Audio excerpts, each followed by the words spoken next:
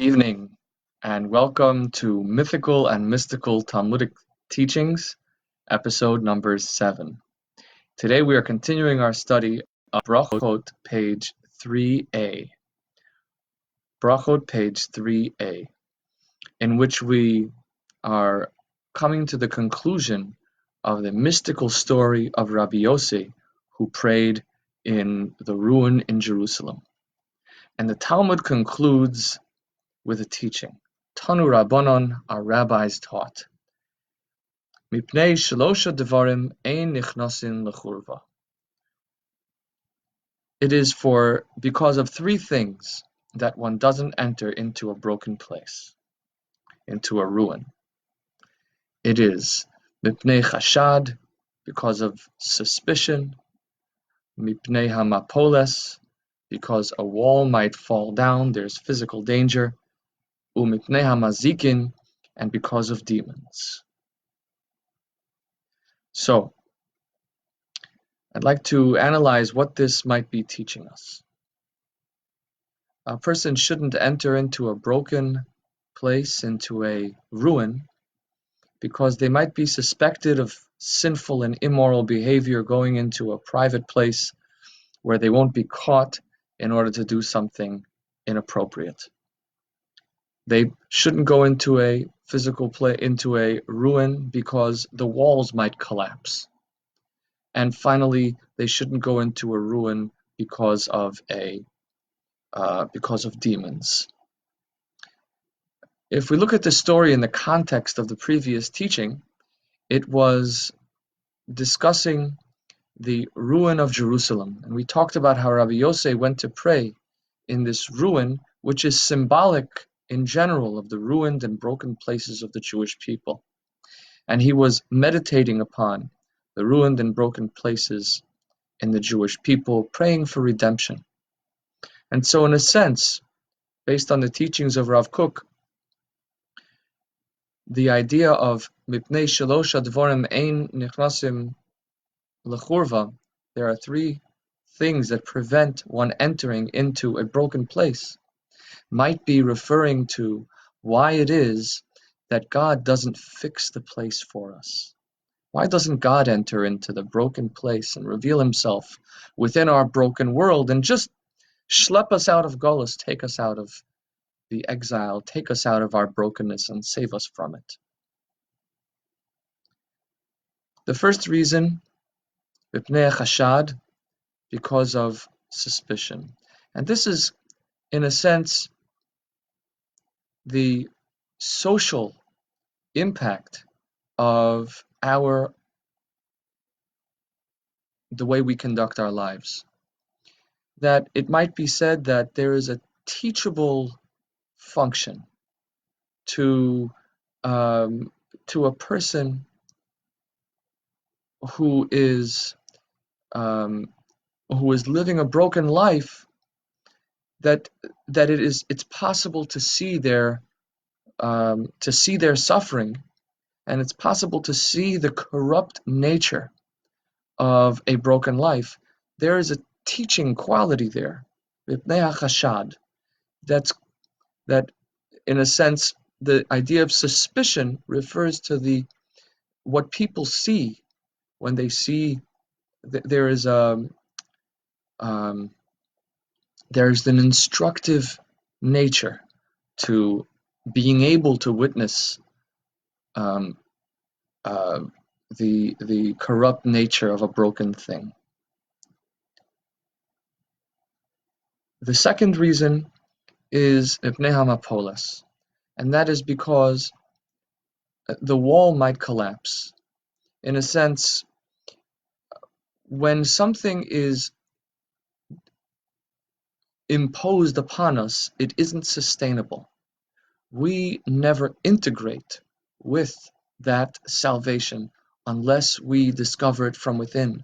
And so therefore, God coming into the broken place would, of course, be eternal because God does it, but the wall would never be standing of its own.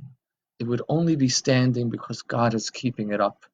And so in a sense, this is something that prevents, or this is a meaning that there is in us struggling through life to discover our meaning and to discover our purpose, and that it isn't kind of granted to us and bestowed upon us from above, is so that um, we can come up with a real integrated and meaningful learning that is sustainable from our own experience. And finally, mipnei hamazikin, the demons. In another passage of the Talmud, I understand the demons to mean toxic individualism, where a person has a sense of haughtiness and a sense of self-indulgence and a sense of being apart from others, and a focus on the self in an independent way.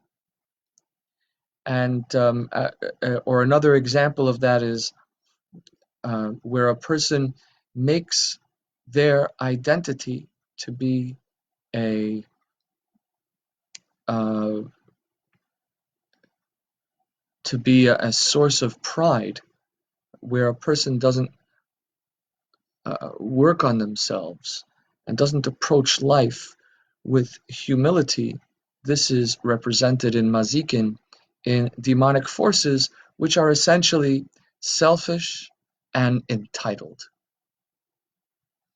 Now, so we have the three things that prevent, or I would say, the three reasons for a broken thing being left as is. There are three instructive and teachable, constructive aspects to a mapol, to a churva, to a broken thing.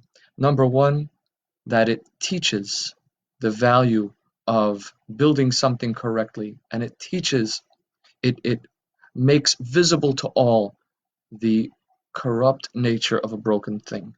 Number two, it um, it creates, when the person builds it of themselves, when it's built from the bottom up, it creates a sustainable and integrated teaching. It's not imposed from the outside. It doesn't come from God's grace.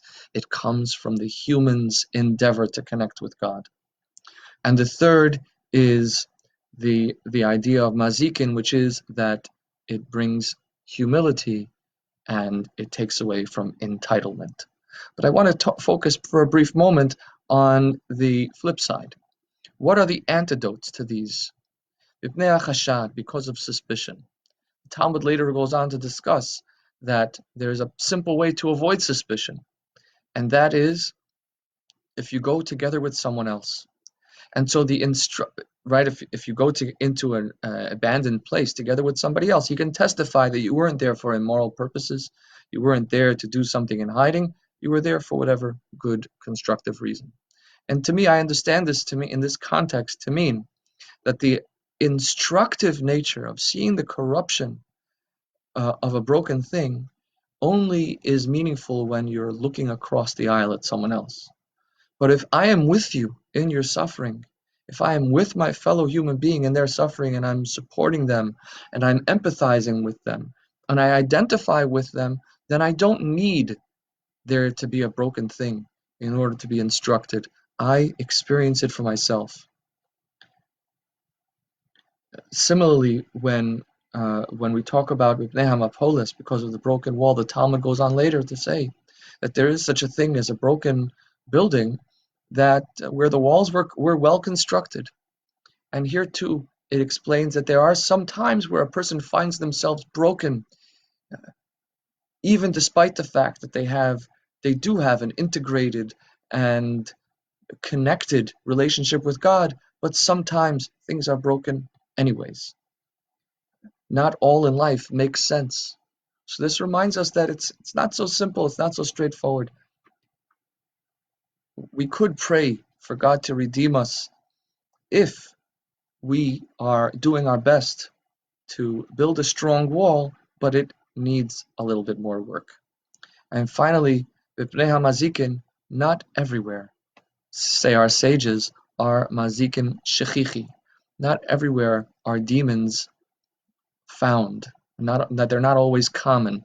And this tells us that there are people that are naturally humble, and there are people that are not entitled, and therefore um, they too could deserve Hashem's grace, that Hashem should take us out of Gullus speedily in our days.